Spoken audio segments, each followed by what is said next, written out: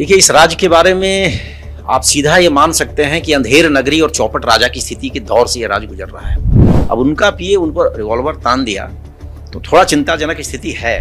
और आपने जैसा कहा कि दिसोम गुरु शिबू सोरेन जी की बड़ी बहू हैं, तो स्वाभाविक रूप से स्थापित राजनेता में उनका एक पहचान है। भाजपा में हैं, भाजपा के नेत्री हैं, तो भारतीय जनता पार्टी के लोग तो चिंताग्रस्त होंगे ही। अभी भी सुबह बड़का गांव के कार्यकर्ता ने मुझे फोन किया कि एकदम तड़के सुबह 9 से 9:30 के बीच उनकी हत्या हो गई। डिस्पैच के डिप्टी जीएम थे, कोई गौरव कुमार करके।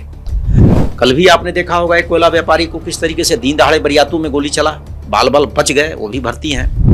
बीते दिन भाजपा नेत्री और शिबू सोरेन की बहू सीता सोरेन पर जानलेवा हमला हुआ। उसके बाद से पूरे राज्य में एक कौतूहल का विषय बन गया है, एक बवाल सा मचा हुआ है। दूसरी तरफ इस बात को लेकर भी सवाल खड़े हो रहे हैं, जिस तरह से सीता सोरेन ने हेमंत सोरेन सरकार की तारीफ की, अब इस पर बीजेपी क्या सोचती है, हम ये जानने और समझने की कोशिश करेंगे। हमारे साथ बीजेपी के प्रवक्ता अविनेश कुमार सिंह जी है।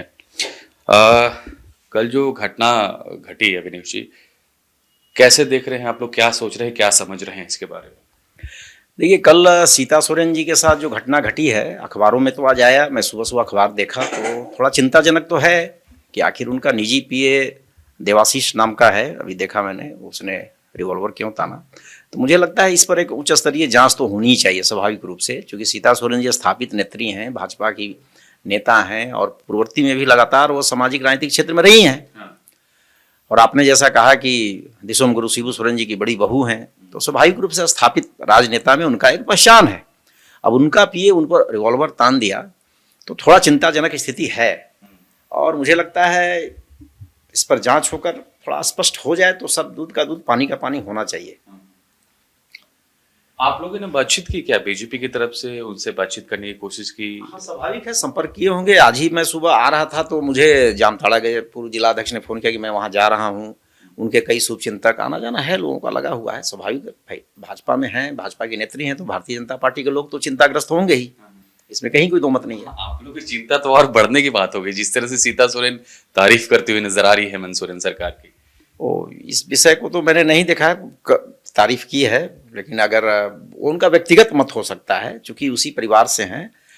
अब हेमंत सोरेन जी उनके देवर हैं, तो उनका व्यक्तिगत मत हो सकता है अगर तारीफ की होंगी तो। क्या आप लोग क्या इसमें कुछ एक्शन लेंगे या बीजेपी कुछ करेगी, जिस तरह से वो लगातार हेमंत सोरेन की सरकार की तारीफ करती हुई नजर आ रही है? नहीं, लगातार तो नहीं कर रही है, लेकिन अब है कि अब अभी तो भारतीय जनता पार्टी के प्रदेश अध्यक्ष हैं, सभी विषयों का मॉनिटरिंग करते रहते हैं। वो जो भी स्थापित लीडर हैं, सांसद, पूर्व विधायक, सबकी गतिविधि कैसी है ये तो पार्टी के नज़र में सब रहता ही है।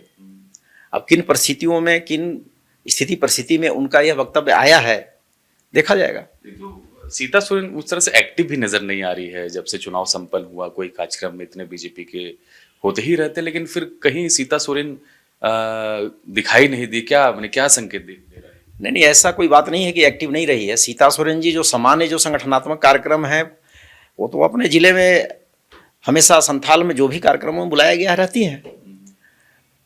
और चूंकि जिस बैकग्राउंड से वो आई है, तो अब उस एक्टिव रोल में वो ग्रासरूट में नजर नहीं आती है, ये स्वाभाविक है। लेकिन भारतीय जनता पार्टी में भी वो हैं, भारतीय जनता पार्टी में जो भी कार्यक्रम बनते हैं, जो भी संगठनात्मक संगठन पर्व है या स्वच्छता अभियान है या विभिन्न कार्यक्रम जो चलते रहते हैं बीच बीच में, सब में पार्टिसिपेट करती है। लग रहा है ये सब संकेत मिल रहा है कि फिर से वो जेएमएम में जा सकते? नहीं, ऐसा तो नहीं है कि जेएमएम में जाएंगे। भारतीय जनता पार्टी ने पूरा सम्मान उनको दिया है। रही बात चुनाव हार जीत का, तो लोकतंत्र में सामान्य प्रक्रिया है, हार और जीत। नहीं, तो चुनाव के दौरान भी उन्होंने बीजेपी के नेताओं पर सवाल किया था, आपको अगर याद होगा विनेश जी। लोकसभा चुनाव के दौरान ही उन्होंने फिर निशिकांत से लेके कई जो नेता हैं उनके खिलाफ भी बोला था। देखिए, चुनाव हारने के बाद मन में व्यथा होता है, कुंठा होता है, स्वाभाविक है। कुछ आक्रोश में विषय आया होगा उनका, इसमें है।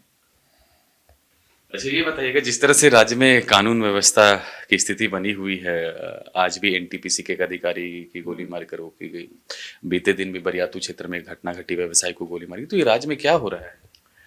देखिए, इस राज्य के बारे में आप सीधा ये मान सकते हैं कि अंधेर नगरी और चौपट राजा की स्थिति के दौर से यह राज्य गुजर रहा है। पूरा तरीके से यह कहावत इस राज्य की विधि व्यवस्था को लेकर चरितार्थ हो रही है। अभी सुबह बड़का गांव के कार्यकर्ता ने मुझे फोन किया कि एकदम तड़के सुबह 9 से 9:30 के बीच उनकी हत्या हो गई। डिस्पैच के डिप्टी जीएम थे, कोई गौरव कुमार करके। कल भी आपने देखा होगा एक कोयला व्यापारी को किस तरीके से दीन दहाड़े बरियातू में गोली चला, बाल बाल बच गए, वो भी भर्ती हैं। इसके पूर्व प्लान कई जगह कोई ऐसा राज्य का जिला नहीं है जो बचा है। अपराधियों का मनोबल इतना चरम सीमे पर है जब से ये सरकार बनी है। अब पिछला पूर्ववर्ती सरकार भी इनका जो था महागठबंधन का 5 वर्षों का, वह भी उठाकर आप पूरा देख लीजिए तथ्य। विधि व्यवस्था, लॉ एंड ऑर्डर बिल्कुल ध्वस्त रहा है। और ये तो अभी शुरुआत है, जो हालात बने हुए हैं, यहाँ पर महिलाओं के साथ दुष्कर्म हो, नौजवानों की हत्या हो, लूटपाट हो। राजधानी का हाल आप देख लीजिए ना, सरकार के नाक के नीचे जो हत्याएं हो रही हैं, लूटपाट हो रही हैं, जघन्य अपराध हो रहे हैं, इससे बड़ा और क्या दुर्दिन हो सकता है इस राज्य का।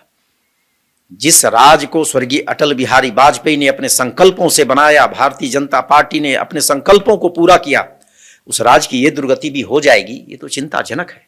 कार्रवाई भी हो रही है जी, ऐसी बात नहीं है, सुशासन की सरकार है। नहीं, मैं तो इस बात से सहमत नहीं हूं कि आप इसे सुशासन की सरकार कहें। कहीं किसी कॉर्नर से मैं नहीं कह रहा हूं, नहीं कर सकता।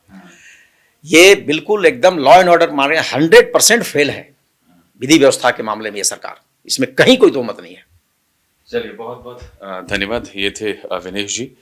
जहां तक सीता सोरेन की बात रही तो बीजेपी के जो प्रवक्ता है विनेश जी, वो खुलकर बोल नहीं रहे हैं, लेकिन आने वाले दिनों में ये संकेत कहीं ना कहीं से मिल रहे हैं कि फिर से वो बीजेपी छोड़कर वो जेएमएम में ज्वाइन कर सकती है। फिलहाल इस वीडियो में इतना ही। कैमरा पर्सन विक्रम के साथ अभिनव कुमार, बवाल न्यूज रांची। खबर का मतलब बवाल न्यूज। हमारे चैनल को सब्सक्राइब जरूर करें।